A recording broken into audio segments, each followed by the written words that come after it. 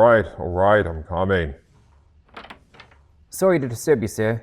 Captain's orders. At this hour? He wishes you to join him up in the hospital, Wayne. There's been an emergency. The hospital? It's up on D-deck. I'll wait for you to get dressed, sir. Oh, very well.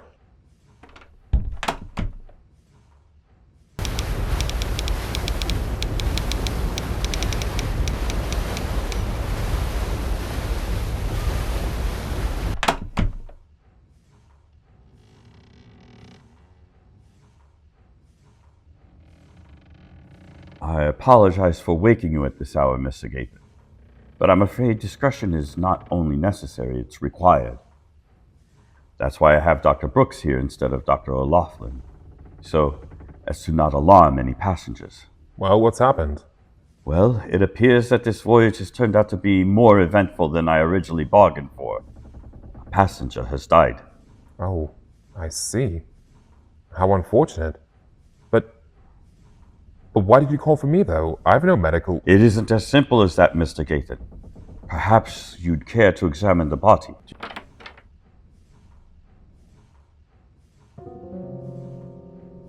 I've completed the autopsy. Jesus. He wasn't kidding.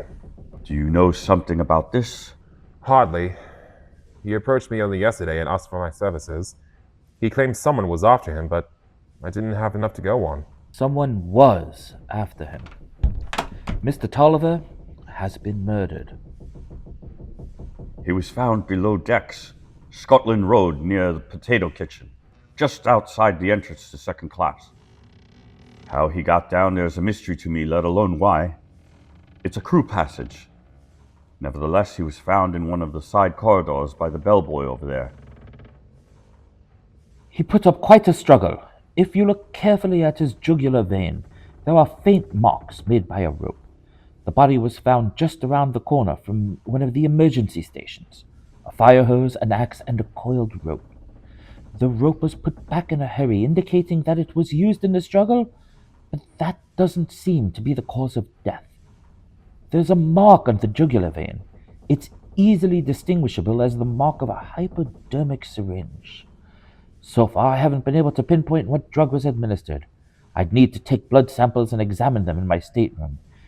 Judging by the body temperature, I place his time of death at anywhere between 11 o'clock last night and 1 a.m. this morning. But what about the rope? Why inject poison into him if he's clearly being strangled? We believe the poison was the intended use in committing the murder. The marks made by the rope are not deep. The rope may have been used simply to subdue the victim, to hold him steady long enough to inject the poison.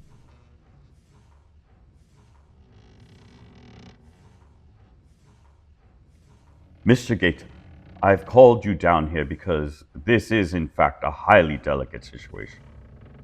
I've been in service for more than 40 years, 27 as a commanding officer, and I've never encountered anything such as this. You've asked me to put my faith in your discretion. Can I charge you with finding the culprit? It is extraordinary, but I'll do my best, Captain. I'll need access to every nook and cranny aboard this ship, and I'll need a crew member to help me gain access to them. I'll also need to be able to ask some questions. In his admission yesterday, Tolliver mentioned some names up in first class. They are highly influential people. If rubbed the wrong way, they could... Captain Smith, in my experience when it comes to murder, no one is above suspicion. Title and position don't come into it if a man is mad enough to kill. Unless you rather I went after some poor chap down in steerage, it would be quite easy to pin this on some Irishman. Are you willing to give up your trail on that pair of con artists that you were pursuing in order to direct your efforts to bringing a killer to justice? Man can only be conned so far as to be murdered the next day.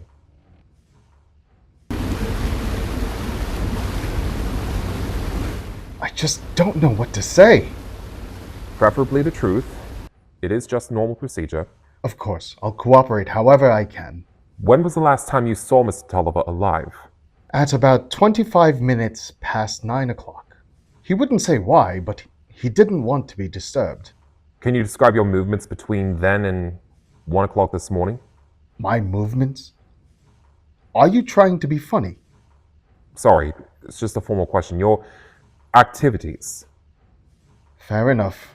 I went straight to bed and read my book. I didn't emerge from my room until you arrived. Unfortunately, before you ask, no, I have no one who can verify that. I appreciate the honesty. Did you hear or see anything out of the ordinary last night? Well, just one thing. Not sure if it's important or not. No details too minor, Mr. Campbell. Well, there was a knock on my door at about 10:30 o'clock. I didn't want to emerge from my bed unless it was absolutely necessary, so I called out to see who it was. When nobody answered, I returned to my book. I didn't fall asleep until after midnight. How long have you been under Tolliver's employ? About 2 years. And how did you come to obtain your means of employment? Well, Tolliver felt responsible for the injury I sustained, so he offered compensation by paying off my medical expenses and hiring me as his secretary. And how exactly did you get injured? I hate talking about it, but if you must know, I must. fine. 2 years ago, I was walking down a street near one of Tolliver's steel factories in Sheffield. This particular factory, I'm sure you've heard of it. The Myron Mill. Yes.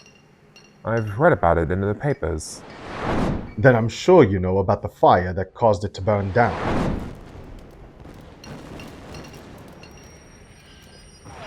It must have reached the main furnace because as I was walking down the street, I was knocked over by this massive explosion.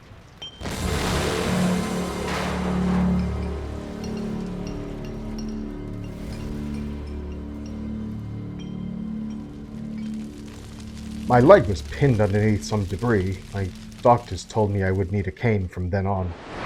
Was it an accident or deliberate? The factory burning? How was that relevant? How did Tolliver react to the incident? Still no idea why it matters now, but... Well, the fact is, nobody knows.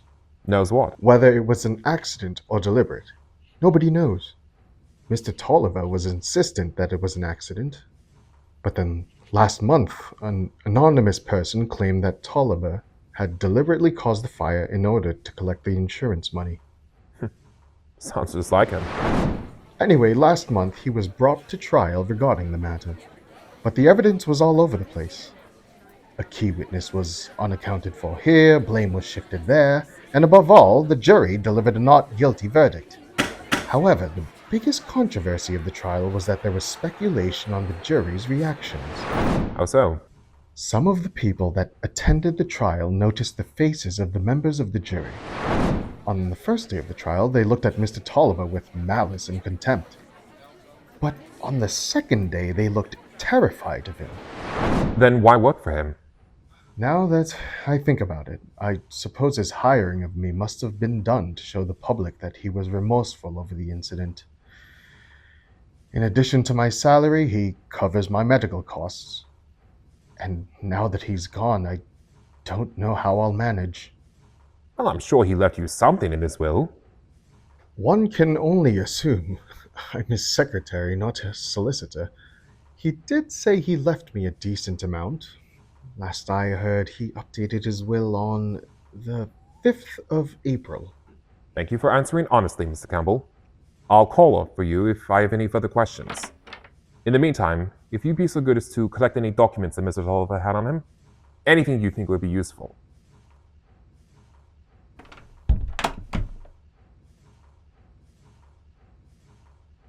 Do you think he's lying? He'd have no reason to.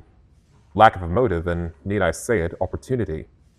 Tolliver was killed below decks, and the lifts were closed for the night. It would be impossible for Campbell to have come down without difficulty. And then there's motive. Financially, he seemed to be on good terms with his employer. Given his condition, employment elsewhere would have been unlikely. The circumstances were less than ideal, but the money was good, and he was being looked after. So what will be your next procedure then, sir? I need a passenger list and a crew roster. I want to know exactly who we're dealing with. But where will we even start? Just because the secretary's been interrogated doesn't bring us any closer to finding out who did it. No, but I do have something to go on. And that is? The Myron Mill fire. If we can find someone on those lists who were present during the time of the trial or who had any connection to the factory in general, then we can narrow it down. And don't forget, I've already explained to the captain that I have a few individuals to question not far from now. Let us meet with him now and explain what we know so far.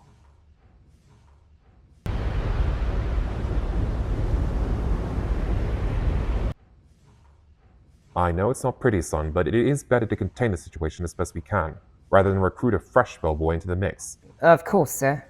Edict, please. Very good, sir.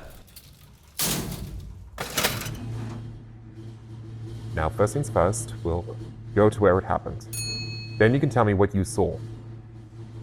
After that, hopefully, the list will be prepared and I can make my inquiries.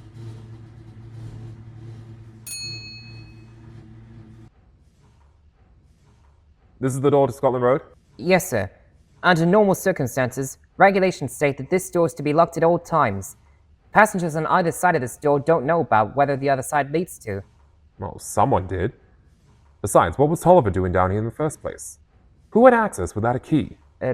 Confidentially, sir, the Master-at-Arms had mentioned that Mr. Andrews lost a key from his room. Seems like a waste of time. I'm sorry? Look at the keyhole. It seems someone tried to force their way in. The scratch marks are fresh and a bit of paint is chipped away. Uh-huh. Which way now? Down to the left, towards the stern. If someone took the key from Mr. Andrews, why bother to pick the lock, sir? Perhaps the key was taken to make it look like a first-class passenger could have done it. But, sir, no one would believe that for a moment. Think about it, lad. If you yourself had, say, robbed a bank and then shot a policeman in the process, would you keep your gun?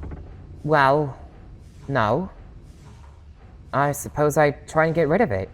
And if you needed suspicion drawn away from you? I would try and frame someone for it. And the most obvious way to do that is? I dispose of the gun in their direction. There's a good lad. You're using your brain. That's what I believe has happened. Someone took the key to draw attention to its disappearance, then disposed of it. Perhaps to incriminate someone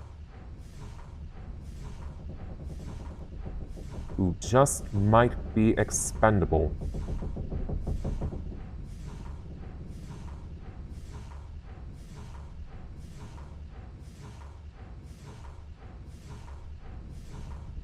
Make sure it's returned to Andrews when we're through. We can see who the culprit want to incriminate, but that still doesn't explain why Mr. Tolliver was down here in the first place. One mystery at a time, lad. First things first, we need to head towards the actual scene. It's down this way, sir. Just watch your step when we cross the bulkheads.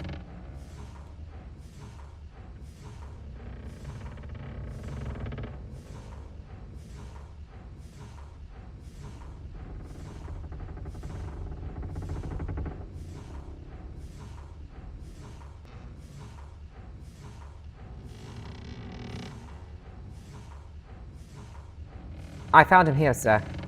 The gentleman's back was slightly arched backwards. Gives me the shivers just thinking of it, sir. What time did you find the body? About 23 minutes past 1 in the morning, sir. What are the light bulbs here? It's gone. Just a few fragments of glass in the wicker.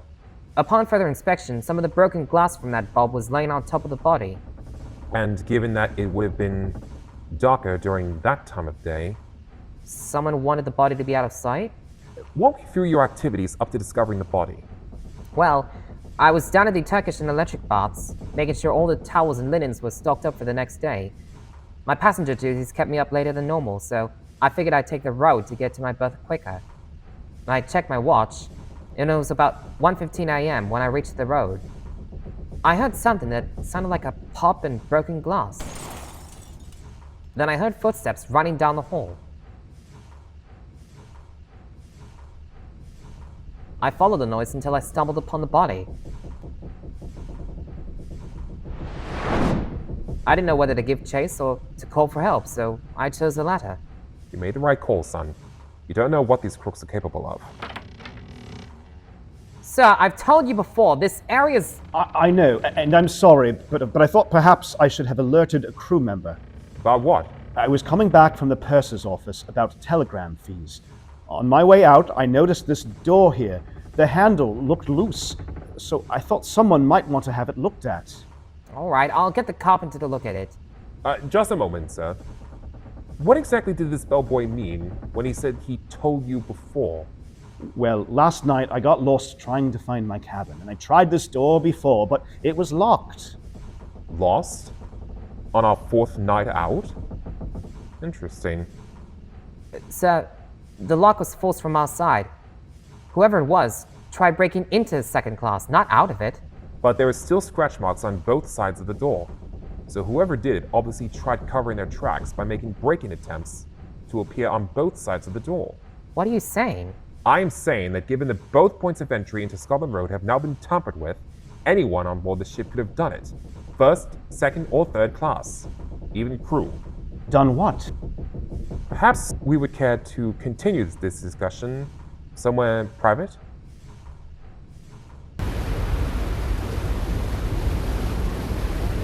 Now, perhaps one of you can tell me what this is about. Inspector Hayden Gethin. Right now, I'm investigating a murder that took place last night between 11 o'clock and 1 in the morning. Good Lord. It is only procedure, Professor Chilton. You did technically tamper with a door that could have been involved with the crime scene. But this is preposterous. I never killed anyone in my life. I was merely searching for a crew member to report the damage to the door. Is that a crime? The natural course of events would have been to find a crew member in your section, not to step out of bounds. All right, I made a mistake, but I didn't kill anyone. We're only trying to establish movements, Professor. Where were you between the hours in question, 11 p.m. and 1 a.m.? I encountered this bellboy at about 7 o'clock last night. When I found my room again, it must have been 7:13 p.m. I went in and stayed in my cabin all night. Can anyone verify this? Well, no, I have no cabin mate. Can't be helped. Now, I'll ask you plain. Are you at all acquainted with the victim in question? One Caleb Travis Tolliver III? Tolliver? It was him? So you do know him? Not directly. He was an alumnus at the university I taught at. He made generous donations up until last month. What happened? He just stopped. Nobody knows why, but it hurt the university's budget poorly. So poorly that you lost your job? No, I simply quit and decided to travel to America to find a new post. Did it upset you that Tolliver's sudden withdrawal of financial support affected your job? I mean, it upset a lot of people, sure. And yet none of them are on board this ship, are they? No one except you. Oh, for God's sake. That is hardly motive to commit murder. Well, if you didn't do it, Professor, then who did? I don't know. Why don't you ask? Yes.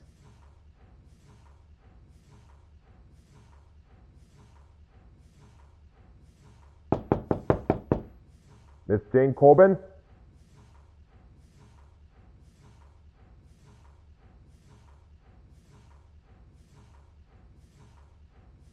Yes? I'm Inspector Hayden Gethin. I apologize if I seem blunt, but I am in charge of a murder investigation, and I must ask you to accompany me to the library. Miss Corbin. Did I say you could get up, Professor? What is this about? I will do the asking. Now, Miss Corbin, how are you associated with the deceased, Caleb Tolliver? What? He's dead? How do you know him? He was my fiance's employer. Mr. Campbell? Yes, but why are you questioning me? I never got close enough to even touch him. He was in first class. There were gates. That's where you're wrong, Miss Corbin. In the first place, this ship is designed in such a way that it wouldn't even need gates. Just the complexity of the corridors will be enough to keep the lower passengers in their sections of the ship. And in the second place, the gentleman was found dead in Scotland Road, just outside the door to the second-class entrance, on the same deck as is your cabin. That is ridiculous. I didn't even know where that door led to. It was locked the day before. This morning we found the lock busted. It could have been tampered by anyone. Now, where were you between the hours of 11 p.m. last night and 1 a.m. this morning? I sat up in my cabin with my cabin mate, Olivia Marston. We were talking about some of the new shops to look at in New York once we've docked. We noticed the time and went to bed at 12:15. Can Miss Marston verify this? She's a light sleeper, as I found out on the second night when I got up to get a glass of water from the vanity. We'll have to question Miss Marston later. Now, how did you come to know your fiancé, Henry Campbell? We met a couple of years ago. He was hired by Tolliver when he had an accident. The Myron Mill fire? Yes. How did you... He told me so. You spoke to him? Did he say anything about me? He said nothing about anyone other than his employer. Now, what has happened to your engagement? It seems rather suspicious that he would be in first class while you were here in second. Well, Henry proposed to me last Christmas, but Tolliver got furious and forbade us from seeing each other. I pleaded with Tolliver that Henry and I were simply made for each other, but he wouldn't budge. That's when Henry and I met in secret and planned to board this ship together.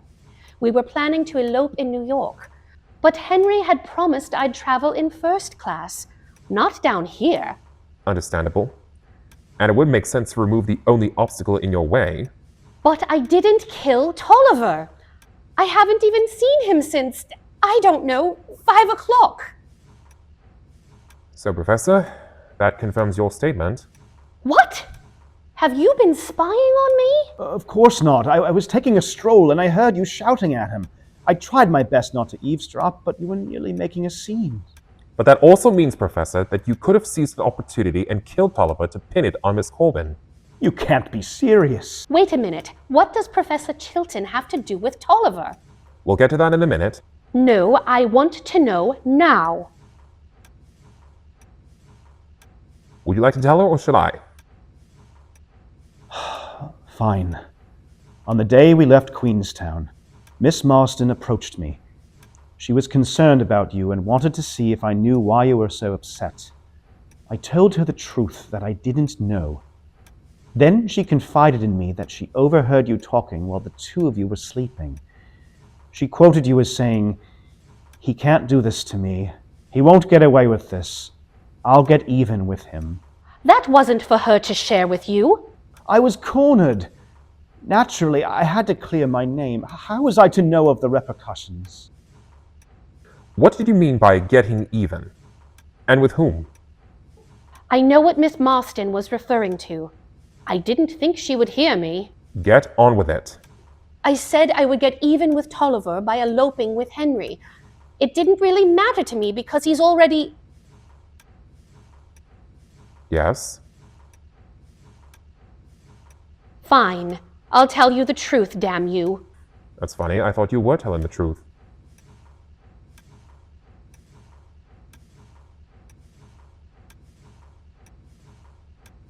Caleb Tolliver was my uncle. What?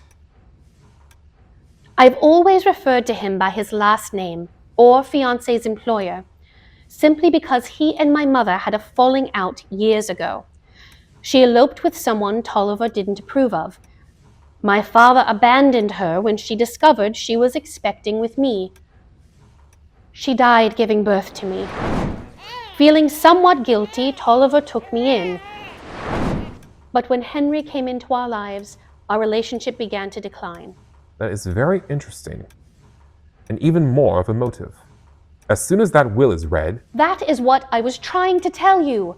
He said he's already cut me out of the will. He wouldn't say who would inherit, but I was out of it entirely. That is what I meant by getting even with him. He altered his will on the 5th of April as punishment for my defying him by still seeing Henry. And he thought he could keep us separated if he purchased a second-class ticket for me. But wouldn't it have made more sense for Campbell to be here in second class? And for you to be in first class so that he could keep an eye on you? I don't know why he did that. Also, if Miss Corbin was cut out of the will, and she knew this, doesn't that take away the motive? She has nothing to gain. But there is still the motive of getting Tolliver out of the way so she could marry Miss... Don't you understand? I didn't know he cut me out of the will until last night when he told me. I relied on that money so that Henry and I could marry and start our own life together. I don't know who stands to benefit now. All right, all right. Seems that your motive doesn't hold water. So that leaves us with you, Professor. Me? I already told you. You also said plainly that you have no one who can verify your movements. What could Professor Chilton gain by murdering Tolliver? His university received alumni donations from Mr. Tolliver up to a certain date, whereas the tycoon just stopped completely, forcing the professor here out of a job. I didn't know Tolliver did that. Is that true? I'm afraid so. No wonder you looked upset when I told you he was on board. You mean to say that you had no prior knowledge that Tolliver was here to begin with? I tried telling you, but you wouldn't listen. All right. So here's where we stand. Miss Corbin says that you had no prior knowledge of Mr. Tolliver's presence, which counts as a lack of premeditated motive. For now. And as you are already cut out of your uncle's will, that leaves you without a motive too. For now. For the time being, I will not be making any arrests today, but I may have questions for the two of you later on. On that note, I'll bid you both good afternoon.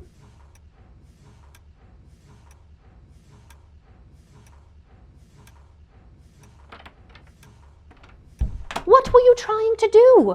Were you trying to have me arrested? I panicked. They were ready to arrest me for a murder I did not commit. You don't think I killed him, do you? My own uncle? Miss Corbin, to be honest, I don't know what to think. I don't know anything about you, and yet these past 4 days I've spent more time in your affairs than I ever thought would be possible on a ship. Nobody asked you, Professor Chilton. You offered me your handkerchief. You've been very kind to me up until this morning when you sold me out to some inspector. I didn't mean to, Miss Corbin. That Gethin chap was nearly ready to hang me if he had the chance. I spoke out of sheer panic. If I had the whole story, I would have done everything in my power to exonerate you. I swear on my word of honor. Oh, I won't interfere in your life anymore. Wait, please. I'm sorry. I still need a friend, now more than ever. But I need to know right now. Do you swear that you believe me? That I didn't kill him? Only if you swear that you believe me. I believe you. And I believe in you. What is it? You didn't kill him. I didn't kill him. Then who did?